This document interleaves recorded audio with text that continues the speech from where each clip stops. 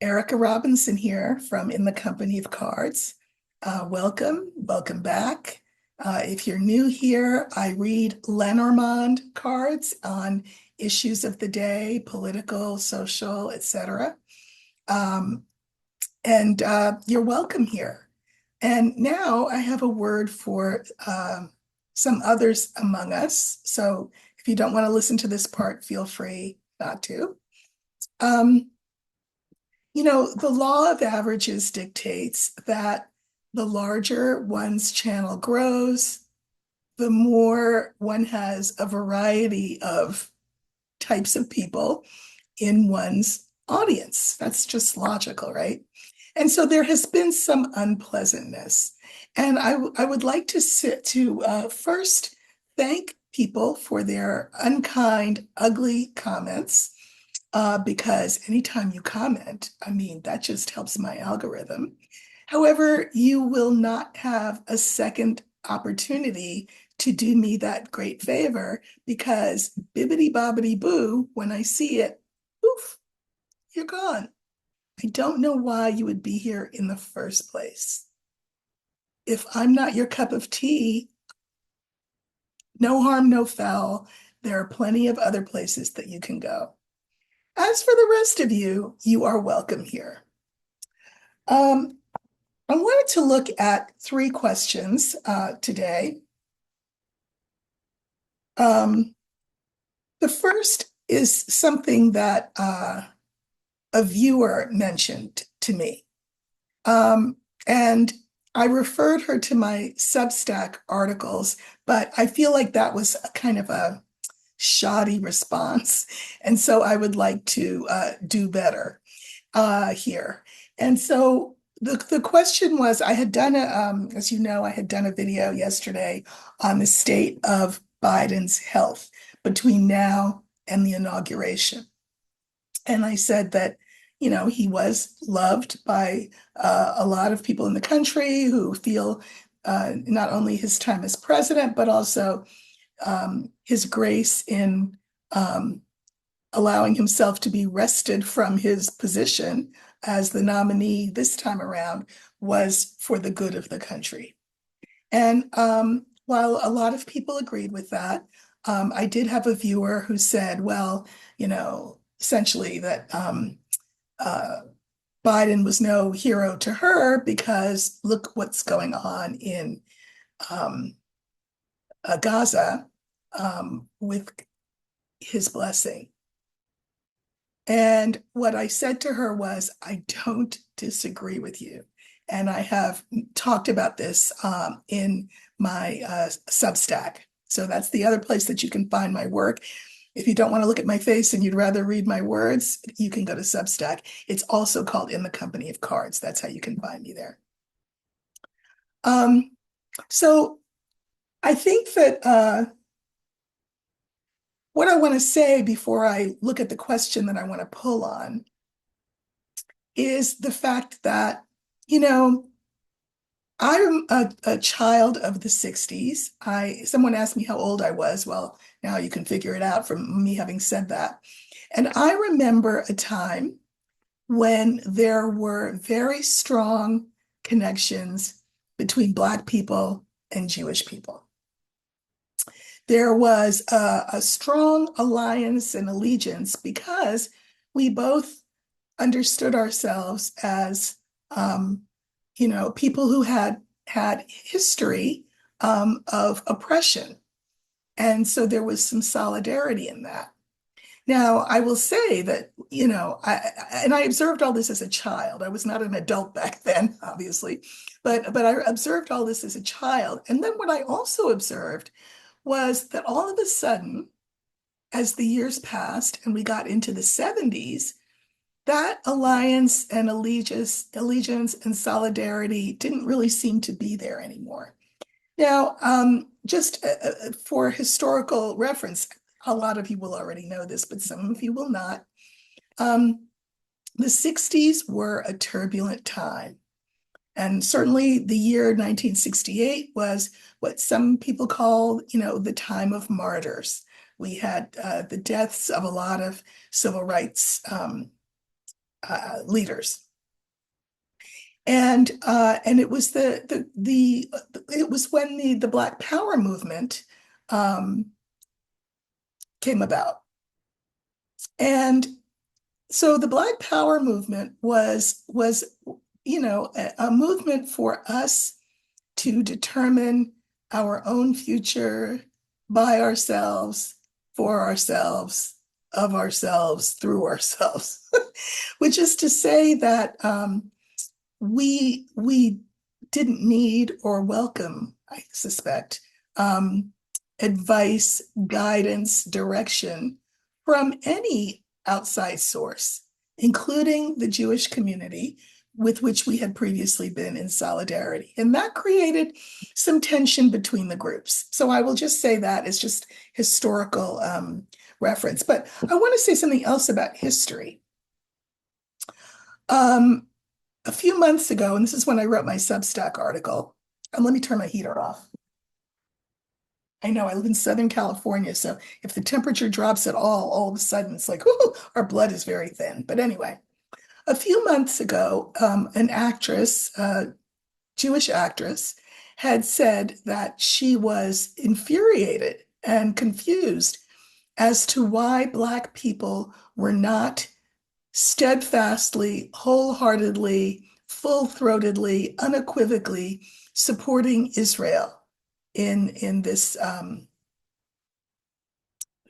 mess that's gone on over there. And what I said to her was, yes, both groups, Blacks and Jews, have known oppression. For Jews, it has been centuries long. I mean, they got chased across Europe through generations.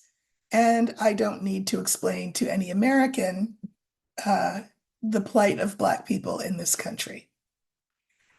I suspect, though, that Israel, and I understand that there is a difference between people who are Jewish and Israel. So let's now move to Israel and to those people here who support Israel's position vis-a-vis Gaza. Okay, so that's who I'm talking about here. I think that those people who support Israel's position, Netanyahu's position, wherever they are located, if they are Jewish, they took a very interesting lesson from their experience of oppression through the ages and during the Holocaust. They took a certain lesson from that. And the lesson was never again. If you kill one of us, we'll kill a million of you. I mean, and that's not hyperbole, because why would you raise hospitals to the ground with children in them and sick people in them? Why are people in Gaza feeling resigned to death by starvation? Just asking.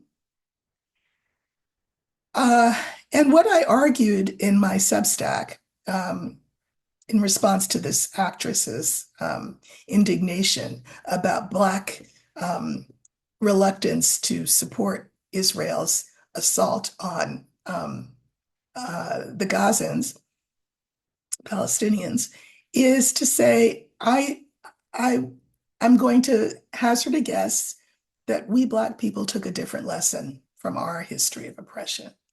And I think that the lesson that we took is we will always stand on the side of the oppressed. And further, we understand that it is impossible to be both the oppressed and the oppressor. If you're genociding people, which is exactly what's going on in Palestine, why would we support that? We don't. Now, which brings me to my question. I have not been a fan of Biden's stance. I suspect that he thought he could win, what does everybody's mother say? More flies with honey than with vinegar. And so he has hoped to sort of bring Bibi Netanyahu along to a wiser, more thoughtful, more considered, more humanitarian stance. Well, that has not worked.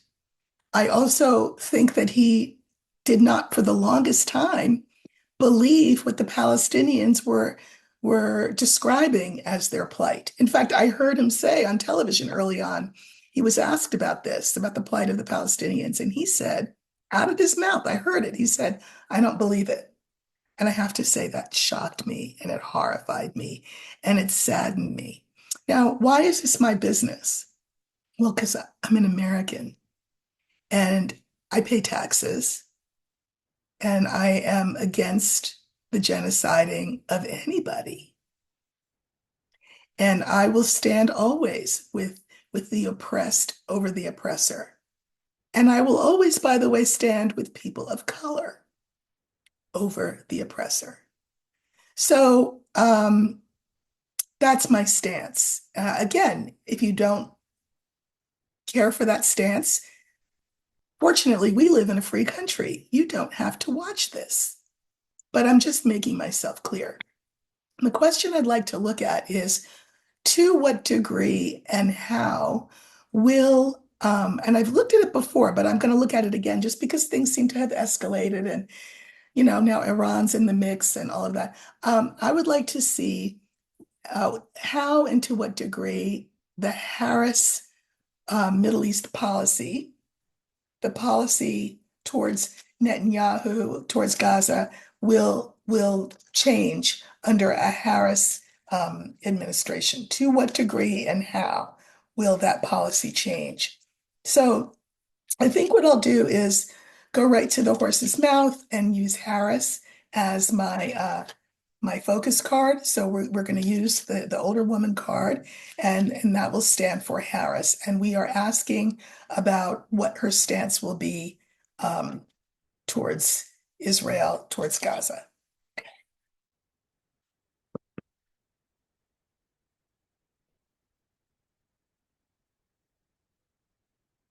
Okay, so remember that we're looking for, there she is, popped right up, the older woman.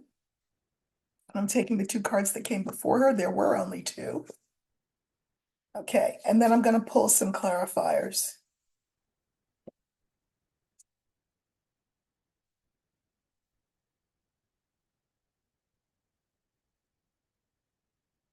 Okay.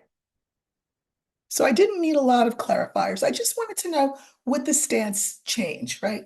So we have the key, we have the house, we have Harris, we have the lily, and we have the letter. Okay. So the key, I mean, she would like a solution to this problem before it escalates into, one of the places where World War III jumps off. She would like a solution to this when she gets into the White House. She's of course in the one in the middle. And when we say solution, we're talking about peace, a peace solution, a truce, an accord, something. So now listen, don't get me wrong. Obviously, Biden would like peace as well. So far, the cards are not saying anything that's particularly different. And then we have to clarify the peace card. I have the tree, the ring, and the dog. So, peace, right? There is this historic connection between the United States and Israel. Um, and she will want to keep that tree intact, that connection unbroken. Right? That song, Will the Circle Be Unbroken? She'll want to keep it unbroken.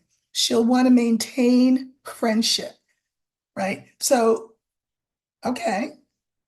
And then we have clarifiers for a peace treaty, clarified by the fox, the whip, and the bear. Okay, so this tells me that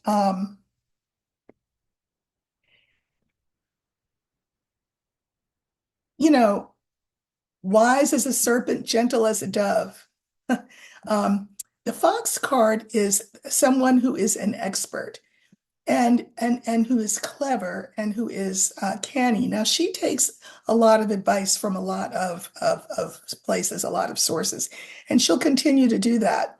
But one of the things that she's going to want to get advice on is how is it possible for one to maintain uh, the stance that we are Israel's friend, while at the same time making it abundantly clear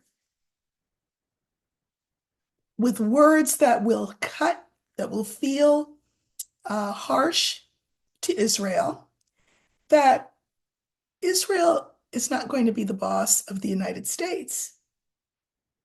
If you want our money and you want our weapons, you can't just say, F you, when we make suggestions about what needs to happen in terms of humanitarian and peace efforts. You can't do that. So the key, which is this first card, I can mirror with this bear. I think she's going to be tougher on him, on Netanyahu, than Biden ever could be. Remember, Biden comes from the tradition that is essentially dead now, kind of like the Republican Party that we used to know, of hands across the aisle. That's Biden's whole shtick, right? Hands across the aisle. Well, there is no hands across the aisle anymore. And Netanyahu is dismissive and disrespectful of Biden and of Blinken, and that will not be tolerated under Harris's watch. Now, again, we have this lily, the previous line, right? Clarified by the tree, the ring, and the dog. So nobody's going to not be friends with anybody anymore. But what's that old commercial? Friends don't let friends drive drunk. Bibi Netanyahu's driving drunk in our car with our gas. And Harris is going to let him know that will not stand. So that is what my prediction is. That is what my cards say. I will acknowledge it is also my hope. Harris is Black like me. She understands what it means to come from people who have been mm, marginalized as a group. And she has, I suspect, sorry, Biden supporters, way more empathy with the Gazans, Palestinians, than Biden ever could, just by virtue of who he is and what his background is. I think it will be a different sheriff, a new sheriff in town on this issue. I also saw today, actually, just before I came in to do this video, that 45 has been in phone conversations with Netanyahu and has said to him, do whatever you need to do. That will not be Harris's stance, for the record. Okay. Speaking of oppression, I want to take another look at the Madison Square Garden rally that's meant to happen Wednesday. This is 45's rally. And I looked at it before, but I basically looked at motivation. The motivation, of course, is exactly what you would think it is. It's a big to New York. It is also a dog whistle to remind people of the 1939 Nazi rally that was held in Madison Square Garden. Some people say it's meant to be reminiscent of a rally that Woodrow, I mean, not Woodrow, FDR, Roosevelt had, where he talked about people who were his enemies and people who were against him, et cetera, et cetera. I mean, okay, maybe, but I think it's more a callback to that Nazi rally of 1939. But now, moving forward, since we're closer and closer to it, Wednesday's around the corner, I would like to look at how that rally will go. I do know that there are activists on the blue team who have bought up blocks of tickets and, of course, have no intention of showing up. Interesting. I mean, that's his worst fear, right? Is that he's 45, is that he'd be talking to an empty Madison Square Garden, or a Madison Square Garden, conversely, that's full of blue people, if you know what I mean. So let's just see how will that rally go. I'm going to use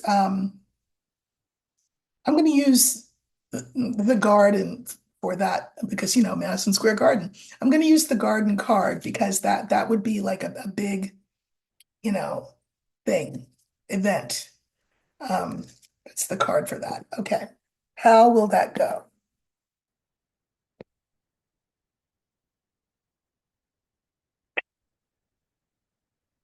So we're looking for the garden, and that will stand for the Madison Square Garden Rally. And we want to know, how is that going to go on Wednesday?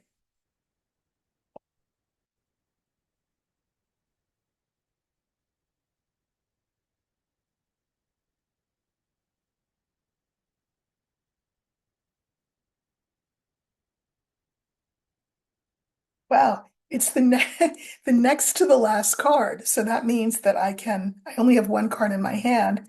That means I have to put cards there, and then I have to put the fifth card here. And what I'm going to do is pull some clarifiers on that fifth card, I think. So,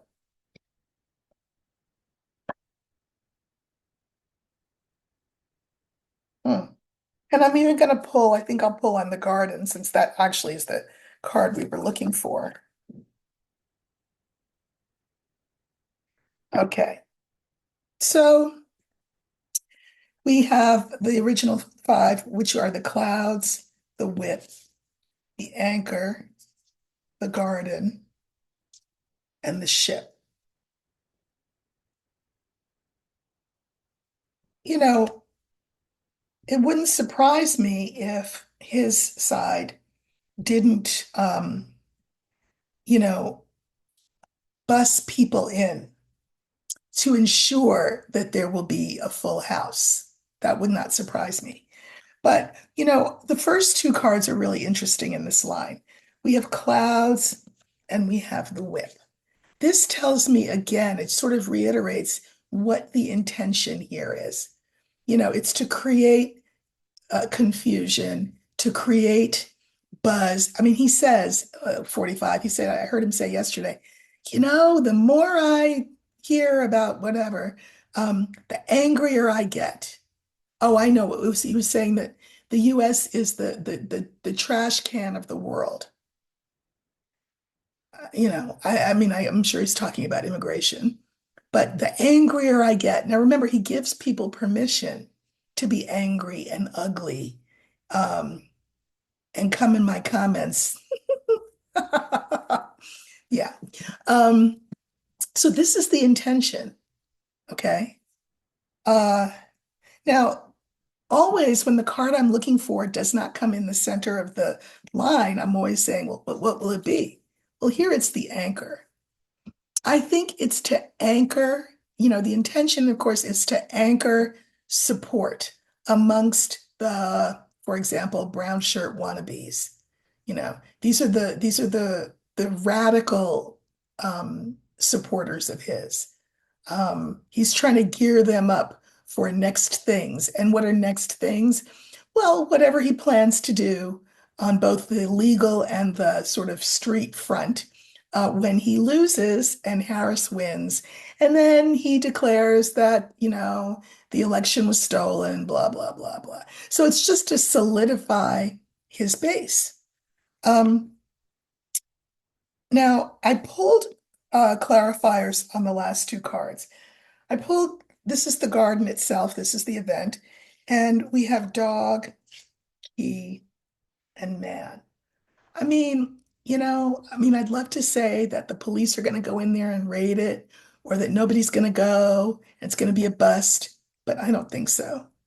I don't think so. I think that it will be, why are they letting him have it there? Well, because he paid the fee, I assume. Hope they got their money, the garden. Um, it will be filled with friendly faces, people who support him. And this will buoy him up, lift him up. This is him, lift him up because, he's got to have been down in the dumps the past couple of weeks with good reason. And I'm not mad about that. But this will lift his spirits and lift him up. Uh, and then we have the ship, and it's clarified by the lily, the house, and the fox. And I just think this is all for him. It will make him feel like, oh, good, I can relax because things will move forward. I can be peaceful about the fact that whatever happens in the election for this White House, my plan will work. My plan to contest it, however that is, whether it's in the streets and in the courts, it's going to be both. I can mirror, by the way, this Fox card with the first card in the line, which is the clouds. He wants people to have their heads so messed up, so confused about, what's true and what's not true, and what's honest and what's not honest, and what's legal and what's not legal. That's essentially what he's going to do, is go in there, tell a bunch of lies, because that's what the fox does, to confuse, obfuscate, rile up, his base. So, you know, I guess for some of this, season, we have to just put our seatbelts on, take our Dramamine, and you know, breathe. Um, this rally will do for him what he hopes that it will do, which is rile up his base, get them thinking that there's no way that the election will be fair. I mean, assuming he loses, that there is no way the election can be fair. Of course, if he were to win, he would say it was totally fair. But anyway, he's just sowing confusion. Um, there won't be a big January 6-ish type run on the Capitol the way that there was in 2021. It'll be more localized, right? There'll be discord and confusion and maybe violence in different places around the country. And people will be, again, I feel like with that ship bust in from a lot of places to go to this rally, and they'll be given their marching orders by their Führer. So we just have to strap in and meditate or something. Get your knitting out, whatever you need to do. Watch me. I'll be on here a lot, I think probably this next couple of weeks. And I mean, things are what they are. It is what it is. People say to me often on this channel, they'll say, thank you for your calm, your steady voice, your wisdom, etc. Well, I appreciate that. Thank you so much. And it is my intention to help us find calm, but we are in the midst of a storm.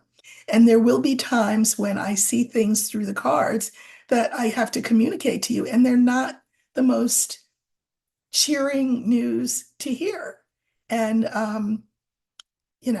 mean, every day's not Christmas. So I'm just trying to be honest and clear, and get the guidance that I can get for you, for me, for all of us in this silly season that we're in the midst of. Another thing I'd like to look at is, I don't know if you saw it, but Tucker Carlson, he of Fox fame, erstwhile Fox fame, because of course they fired him, gave a very weird speech. My partner accurately called it pornographic. And, it was all full of metaphor.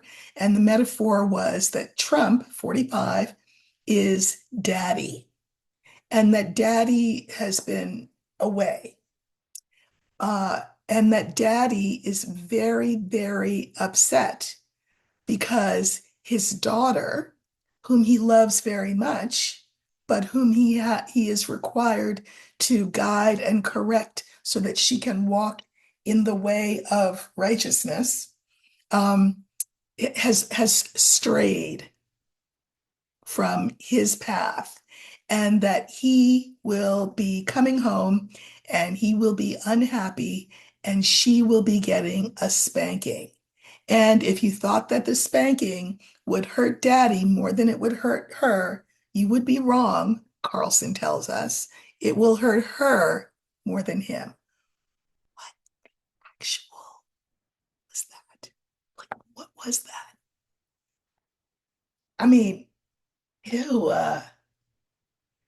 There is no depth to which they can go. But I will say, I would hope that there are women either watching this or just women in the electorate who are thinking of voting for him, whom this speech will give pause. Is that really how you feel? Is 45 daddy? And have you been a bad girl? And you're cool with daddy spanking you, and he's going to spank you so hard that it's going to hurt you more than it does him? What century are you living in? So, what was Tucker Carlson? What was that speech supposed to do? I'm just going to ask. And I'm not even going to, because it was so crazy, I'm not even going to try to come up with a focus card. I'm just going to let the universe decide what is the focus card and what was Carlson's point. Like, well, I know what his point was. What was his intention? I think I know that too, but let's see what the cards say in that just bizarre rant. Okay. So let's see, and this will be the last one for today.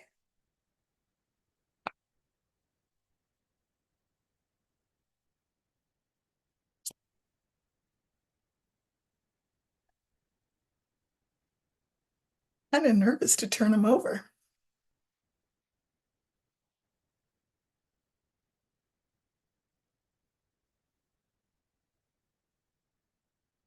Okay. We have the moon, the garden, the coffin, the scales, and the clover. Here's what I think. You know, poor thing, Tucker has been trying to reinvent himself since his firing. He has, had conversations with foreign entities which are not friendly to the United States. Turkey, looking at you. He has become just even more of a right-wing nut than he was before. And I think that he thought, I don't think that I don't think that this speech was well crafted or thought through. I think it was, that the image came to him, the metaphor came to him of, daddy's home and he's mad at his little girl and he's going to spank her because she rolled her eyes or whatever. I think he just like threw it out and then saw that the crowd responded and then kind of kept going, extended the metaphor, so to speak. Because this card is, it's like the cheap laugh, you know, it's going for the cheap laugh. It's going for just the moment of people going, or, or whatever, whatever response they had to this. It was like the cheap laugh from the crowd. And I think it was meant primarily for the crowd that was sitting right there in the audience. I don't think he thought for one hot minute that, wait, TV cameras are going to pick this up. Wait a minute, this isn't, maybe this is not the right thing to do. Um, I think that he didn't weigh his words. I think he just off the cuff came up with that metaphor, that image. And in terms of him looking to whatever degree he did to anybody, like a serious journalist, yeah, those days are gone. That's over. I mean, it was it was as delusional as the most delusional thing that 45 has ever said. It was that weird and that crazy. Now, let me draw a couple of clarifiers. Just okay. Yeah, really interesting. I just wanted to clarify the coffin. And the clarifiers are the bear, the mice, and the mountain. Really interesting cards. So, I'm saying that he really shot himself in the foot. What he tried to do was to be a bully. Because remember, this message is not for the 45's faithful. No, this is for all of those wayward women who want agency over their own bodies and would like their daughters and their sisters and their mothers and their aunts to have that too. So he was trying to create fear in those women by bullying them, bullying us, so to speak. Wait till your father gets home. Every child of my generation heard that. And probably the next line you'd hear was because he's going to get the belt. This is what he was trying to do. He was trying to, instill fear and to intimidate women. This is the fear, this is the bullying, women who have dared to cross 45. But guess what? Hard stop. That, it may have played to the crowd in that moment, the crowd in the room. But is it going to move any needle anywhere otherwise? No. I mean, you tell me if you're blue and you are pro-choice, is daddy coming home to punish you with the belt in ways that are going to hurt you more than it hurts him? Is that going to make you go red? No. So, it was a desperate thing. He was trying to be funny, but he was also trying to sell a wolf ticket, as we would say. He was trying to intimidate the blue wave. Come on. You know, it's kind of like people who come on here thinking that they can tell me what I should be doing on my channel. Mm-mm. Yeah, no, delete, you're gone. So yeah, Tucker, that was a dumb move. That was a dumb move. Um, I guess I'll leave it there and I will be back with you soon. We are almost at 4,000. I mean, this is crazy. I feel like 2 weeks ago we were at a couple of thousand, but our numbers are growing, our ranks are broadening. And again, if you are here because you are interested in how cards work, or you are blue in your um, orientation, you are welcome. If you are not blue in your orientation, but you're blue curious, or you want to see how the cards work and you're red, that's fine. But if you come at me, I am not going to enter into a dialogue with you. I'll just send you on your way. So those of you who still stay with me after all that, thank you so much. I really appreciate it. I'd love it if you would like, share, subscribe, and I'll see you soon. Take care.